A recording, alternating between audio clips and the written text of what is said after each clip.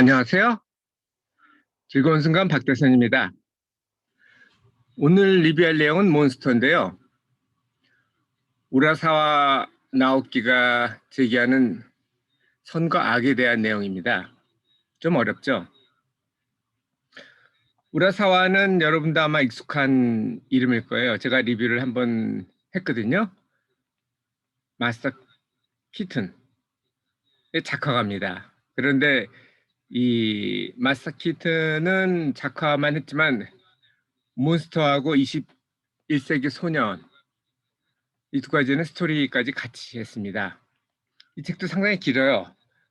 18권까지 쭉 나가는데 어떤 내용들이 있는지 저는 가장 인상 깊었던 게 어서와 하고 나왔어 다다이마 일 거예요. 아마 일본어로는. 저도 일본은 좀 공부는 했는데 다 까먹긴 했지만 우라사와 나오키는 동경에서 태어나서 상대를 나왔어요.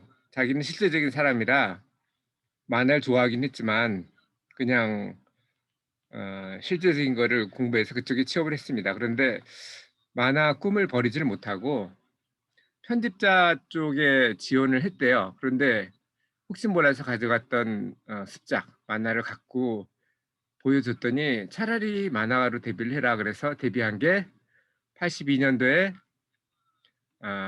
리턴으로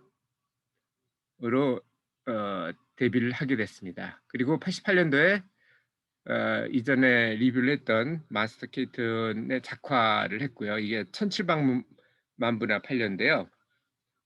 우라사와의 작품은 1억 부가 팔렸대요. 엄청나죠?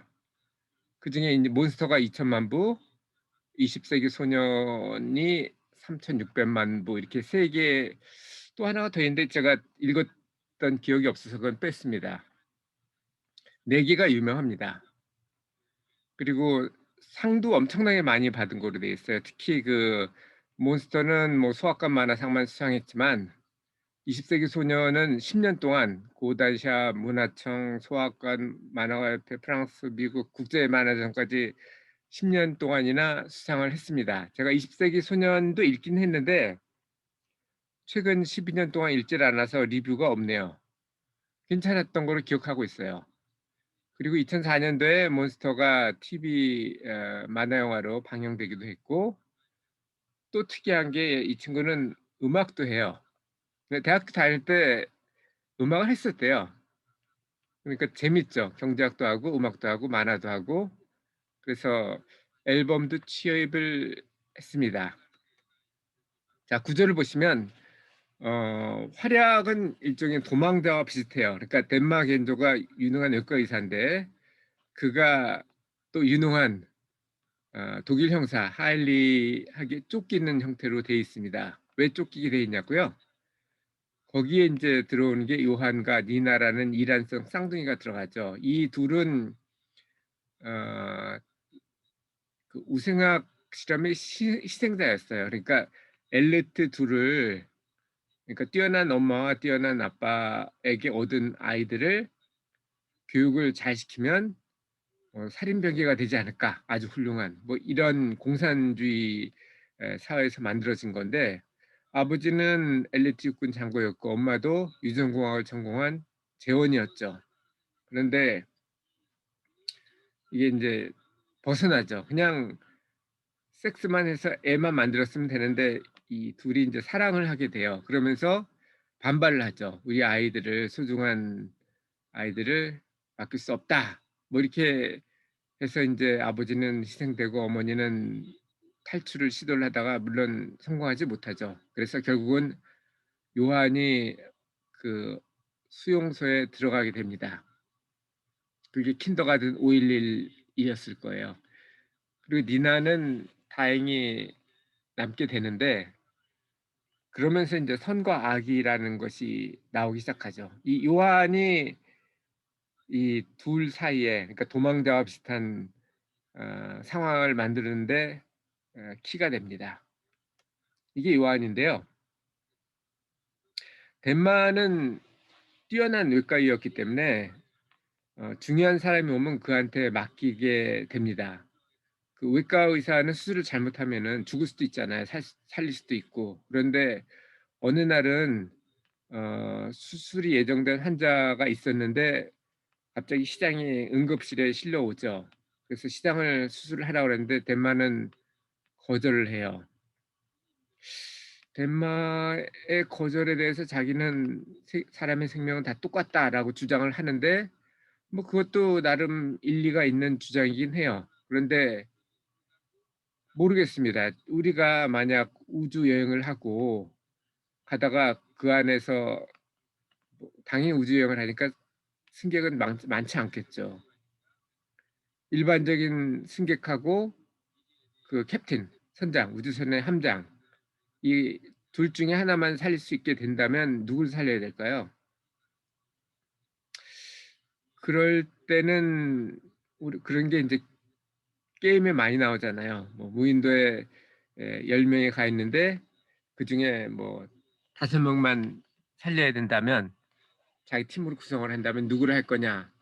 그럴 때 보면은 어쨌든 많은 사람한테 도움이 되는 쪽으로 선택하는 게 맞다고 생각하거든요. 물론 이 "원장이 시장을 살려라."라고 하는 거는 사익이 끼어 있기 때문에 쪼끔 다를 수도 있긴 하지만 그걸 빼고 한다 하더라도 일반 시민보다는 시장이 그 사람이 뭐 악명이 높다면 또 얘기가 달라지겠지만 그렇지 않다면 '사회 기여도가 더 높지 않나.' 하는 그런 의견도 있어요.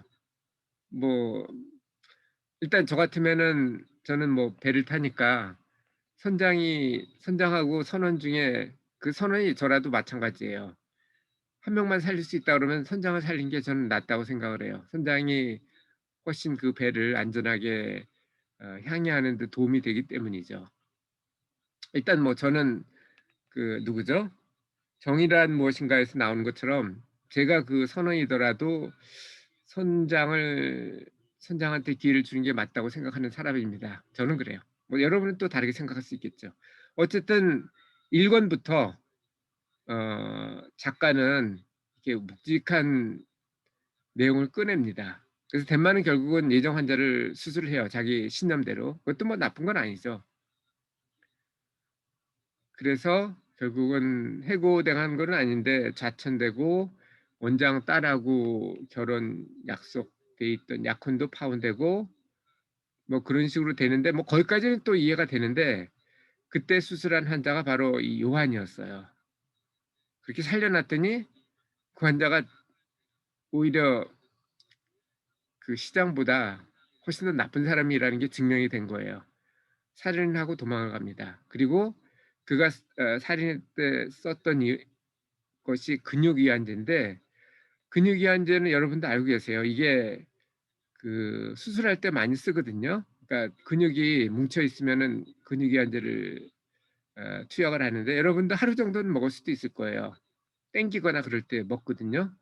근데 수술할 때도 근육이완제를 투여를 해요. 왜냐하면은 할 때 근육이 뭉쳐 있으면 이게 자르기가 어렵잖아요. 그래서 보통은 의식을 잃게 하기 위해서 마취제를 주는데 거기에 인제 수면제도 썼고 근육이완제를 넣어서 그 근육이 뭉치지 않게 수술이 잘 되게 이렇게 하는데 이걸 과다 투여하면은 우리 근육 중에는 횡격막이라는 것도 있는데 횡격막이 이완되면은 숨을 못 쉬어요. 그래서 죽게 되죠. 그래서 이거는 일반인들은 잘 모르는데 의학계 쪽에서는 잘 알려져 있고 그리고 구하기도 쉽거든요. 그래서 어 검색해 보세요. 의사들은 이걸 사용해서 살인을 하기도 합니다. 이게 사용이 됐으니까 당연히 덴마가 원장한테 어떤 악의도 있을 수 있고 좌천됐기 때문에 최근에. 그리고 원장의 죽음으로써 또 다시 원위치로 복귀를 하거든요, 원장이 바뀌면서. 그래서 제일 이익을 얻었기 때문에 도망자가 될 수밖에 없었던 거죠. 자, 그렇게 됩니다.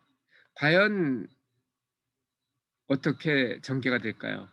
1 권부터 엄청나게 묵직한 주제로 시작해서 아주 넓게 전개가 됩니다. 그런데 결말은 다소 허무해요.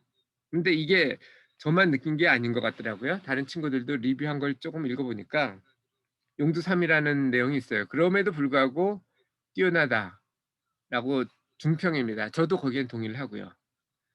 자, 여러분은 이 책을 리뷰를 하면서 어떤 걸 느끼셨나요? 저는 교육의 중요성을 느꼈어요. 우리는 맹자의 성선설도 있고 순자의 성악설도 있는데 기본적으로는 저는 인간 내부에는 그 착한 늑대와 나쁜 늑대가 같이 있다고 생각을 해요. 어떤 늑대가 이기는지는 여러분도 다 아실 거예요. 우리가 먹이를 많이 주는 늑대가 이깁니다. 우리가 착한 쪽, 선한 쪽으로 많이 생각을 하면 그쪽으로 커지고요. 그리고 그 반대가 되는 경우는 악마가 될 수도 있겠죠. 그래서 요한도 그러잖아요. "내 안에는 악마가 자라고 있어." 그리고 니나가 죽이라고 했을 때 머리 가운데를 딱 가리키죠. 여기를 겨냥하라고.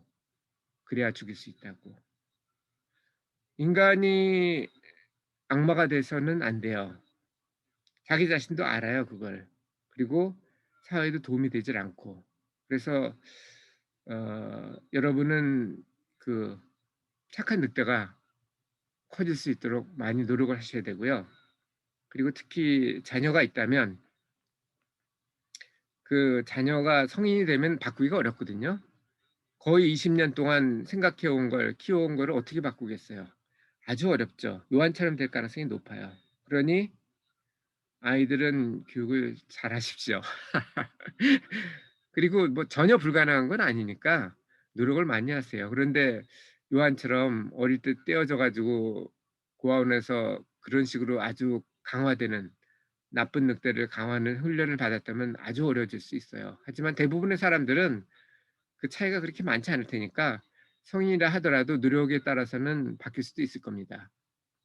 그리고 그게 아주 강화되기 전에 어릴 때 착한 늑대 교육을 많이 시켜 주는 게 좋겠죠. 자, 이게 몬스터였고요. 여기까지 저는 청소년 쪽을 끝냈습니다. 청소년 쪽을 끝냈고 이제 내일부터는 문학을 하려고 합니다.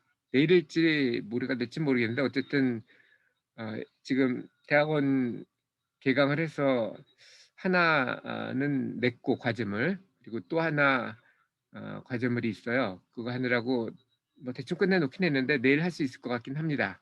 하지만 또 다른 일도 있죠. 지금 결산 기간이기 때문에 어제 법인세 신고했고 또 내일부터는 캐나다 쪽이 제가 텍스 리턴 발론티어를 하고 있거든요. 그런 쪽들 때문에 좀 바꿔질지는 모르겠지만 어쨌든 최선을 다해서 계속 가도록 하겠습니다. 참, 하나 더 소개를 하자면 즐거운 순간 전자도서관이 드디어 시작했습니다. 개관했고 무료로 보실 수 있어요. 그러니까 도서관이 가깝지 않은 분이라면 하십시오. 그냥 이메일도 아니죠. 그냥 그 홈페이지에서 신청하시면 제가 매일 검토해서 어프로브를 하거든요. 아주 간단합니다. 여러분도 많이 즐기셨으면 좋겠습니다. 감사합니다.